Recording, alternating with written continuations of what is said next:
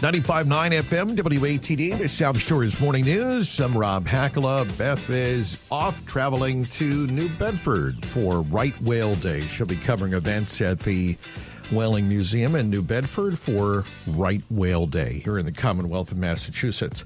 Time now to check in with the doctor. Dr. John Hayes joins us in the house. For a better experience at the doctor's office, try Dr. John Hayes' new highly personalized and affordable direct primary care practice. Find out more at drjohnhayesjr.com, drjohnhayesjr.com. Dr. Hayes, good morning. Hey, Rob, good morning. Good morning. Good to see you. We got another week, another topic, and so we go to the blog here. Let me see. But, doctor, I can't exercise. Okay, so wait a minute. This is something you probably, I imagine, hear from time to time, right? Well, we do. And, just a couple caveats to start off with. First of all, I'm not giving medical advice here today, so always consult with your own physician. Yep.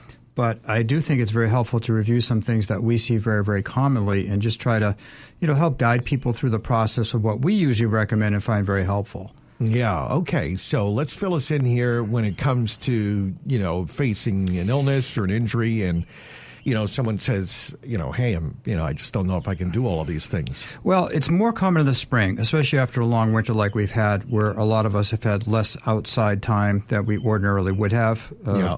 And so what we tend to do is we have a few nice days.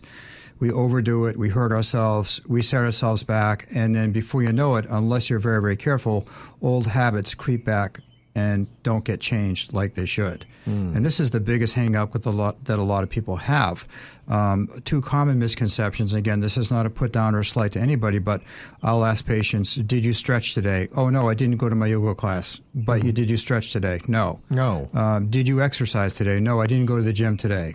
So the issue is that unless you have steady daily habits, the most important things being nutrition, hydration, and daily stretching, combined with regular amounts of resistance exercise, both in maintenance of health and then recovery, you're going to have a very, very hard time physically. I mean, sooner or later, it's going to catch up to you. It doesn't make a difference how old you are. It's certainly harder as we get older. Because, our body changes and there's other demands that we have. But the bottom line is that consistency is key. And so I think it's probably helpful to review some of the basics things that I tell patients. And I think one of the biggest things, Rob, one of the biggest misconceptions is, if I can't exercise for half an hour, I shouldn't exercise. That's baloney. Because, no, seriously. Yeah. So we talked about this before. We talked about blood sugar maintenance and diabetes and prediabetes and so on. We used to think, well, if you had like a big Thanksgiving dinner, you had to go walk for half an hour for it to have a significant benefit. Now we know moving for just a little bit, a couple of minutes after we eat can have a significant difference on how we metabolize sugar, increase our, muscle mass and so on. So everything we do throughout the day is cumulative.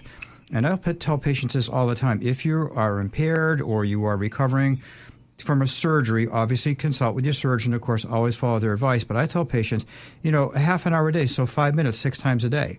It's not as hard as we oftentimes make it out to be, and it all adds up at the end of the day. This is what's really key. Every movement counts. And it does. It's an important line there. You're right, because I guess it is easy to say, well, it was raining and so I didn't want to go outside, but it doesn't mean you can't do other things or walk around inside. Exactly. Okay, right. So it's better, as we hear, than the alternative, which is doing nothing or putting it off. Correct. Okay. Correct. So remember that. That's a good thing. And we can start to do that, and that usually is a great thing, as you said, on a daily basis to just make this part of your routine. Exactly. The more you can integrate things into a routine, the more likely it is to become a firm habit. And then once it becomes a habit, you'll miss it if you don't do it. It's amazing how that transformation works, but it works almost seamlessly, once you take the steps and do it. Yeah. And the other one here says spring clean your nutrition. Yes. Spring cleaning. Absolutely. Especially after a holiday, like we just had, get back on track. We've talked about this numerous times before, but just getting back on track as quickly as you possibly can. And clean your diet up if you went a little crazy. That's certainly fine, but don't let it turn back into a habit that you don't want. Okay, yeah. It is, especially coming off the winter sometimes as well. Of course. Absolutely. Been through the holiday time. We've got some of those foods that we tend to eat during the winter time. Exactly. So, again, consistency is key, and the easier you can make it on yourself, the more likely you are to continue that habit. like meal preparation, being careful how you shop, when you shop, and that type of thing. But they all add up at the end of the week, for sure. All right. So spring clean there. There's some good tips to put in and some other good habits to instill in addition to that daily movement.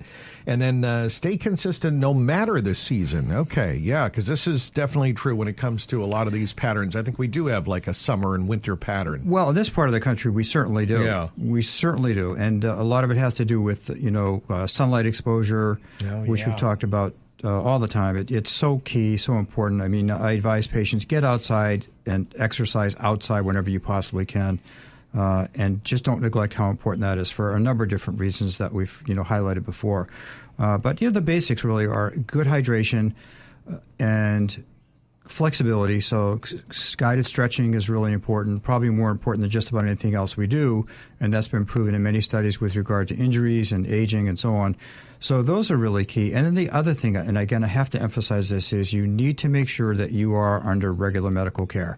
You have to have the basics being observed. Annual blood tests, annual physical examinations. These things go such a long way. If you don't feel well, there's a reason for it. And the problem we have now is Dr. Google.